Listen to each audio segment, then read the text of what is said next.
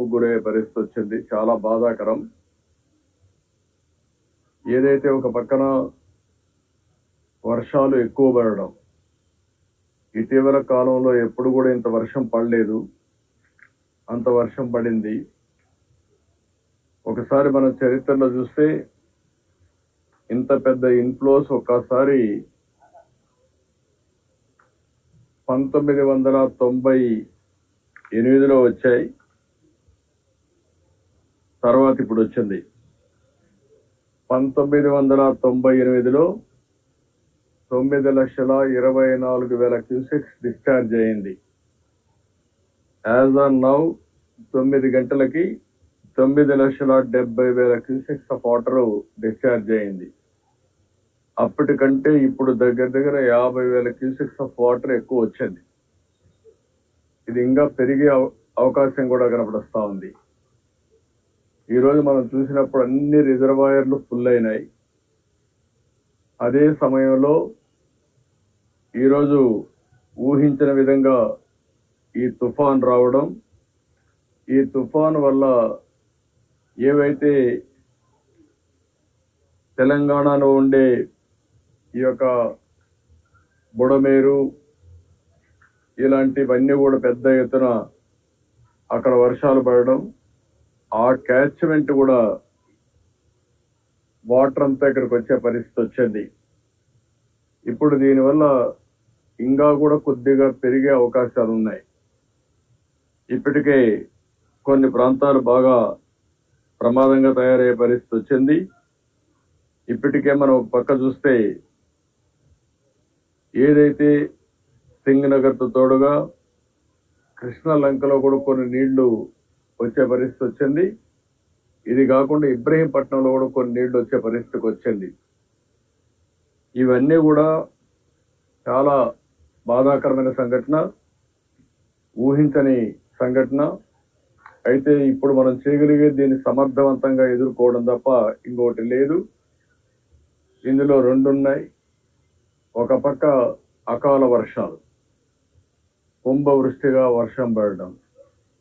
ఇక్కడ గుంటూరు, విజయవాడలో చరిత్రలో ఎప్పుడూ పడని విధంగా 20 నుంచి 35 సెంటీమీటర్ల వర్షపాతం పడింది.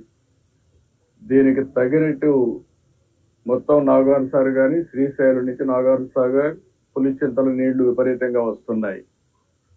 దానికి తోడుగా ఈ మున్నేరు, బుడమేరు ఇవన్నీ కూడా పెద్ద ఎత్తున నీళ్లు వచ్చాయి. అన్నీ కలిపి ఈరోజు ఈ ప్రమాదం వచ్చింది.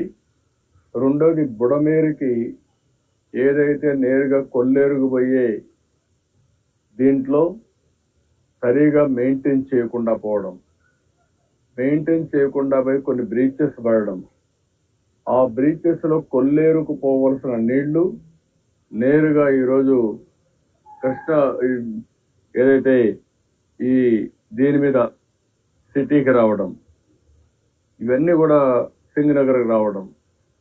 దీనివల్ల దగ్గర 16 వార్డులు సింగనగర్లో దెబ్బతినే పరిస్థితికి వచ్చింది. ఈ 16 వార్డుల్లో కూడా మనం ఒకసారి చూస్తే దగ్గర 2,76,145 మంది ఇక్కడ ప్రజలు ఉండే అవకాశం ఉంది. అంటే ఇక్కడ 2,76,000 మంది ఉన్నారు. ఇంకొక పక్కన ఇప్పుడు నేను చెప్పినట్టు కృష్ణలంక, భూపేష్ నగర్ లో కూడా కొంతమంది ఉన్నారు. అదే కాకుండా ఇబ్రహీంపట్నంలో కూడా కొంతమంది అక్కడ కూడా సబ్మెర్జ్ అయ్యే పరిస్థితి వచ్చింది. ఇవన్నీ కూడా చాలా పెద్ద ఎత్తున డ్యామేజ్ జరిగే పరిస్థితి వచ్చింది. ఒక పక్కన మానవ తప్పిదం.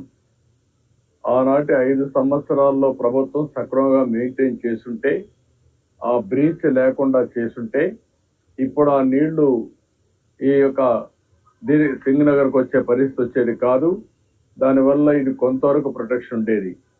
దీనికి అదనంగా చరిత్రలో ఎప్పుడూ పడని వర్షాలు పడడం, ఎప్పుడూ రానని నీళ్లు రావడం, దీనివల్ల కూడా 9,70,000 క్యూసెక్స్ ఆఫ్ వాటర్ అనేది ఒక చరిత్ర. అని నీళ్లు వచ్చే కొందికి ఎక్కడికక్కడ వీక్ గా ఉండేది ఎక్కడ, లేకపోతే ఓవర్ఫ్లో కావడం, సబ్మెర్జెన్స్ ఎక్కడ కొంత పల్ల ప్రాంతాలుంటే సబ్మెర్జెన్స్ కావడం ఇవన్నీ అయ్యే పరిస్థితికి వచ్చింది. నేను ఇక్కడికి వచ్చినప్పుడు సింగనగర్కి వచ్చినప్పుడు నేను బోట్లో వెళ్ళాను, లోపలికి వెళ్ళాను, వాళ్ళ కష్టాలు చూశాను. ఆ కష్టాలు చూసిన తర్వాత నాకు అనిపించింది ఇక్కడి నుంచి పోవడం కరెక్ట్ కాదు, ఇక్కడే ఉండి మళ్ళీ వాళ్ళకు న్యాయం జరిగిన తర్వాత వాళ్ళలో ఒక నమ్మకం కలిగించి నేను ఇక్కడి నుంచి వెళ్ళాలనే ఉద్దేశంతోనే నేరుగా కలెక్టరేట్కి వచ్చాను. ఈరోజు రేపు నేను ఇక్కడనే ఉంటా.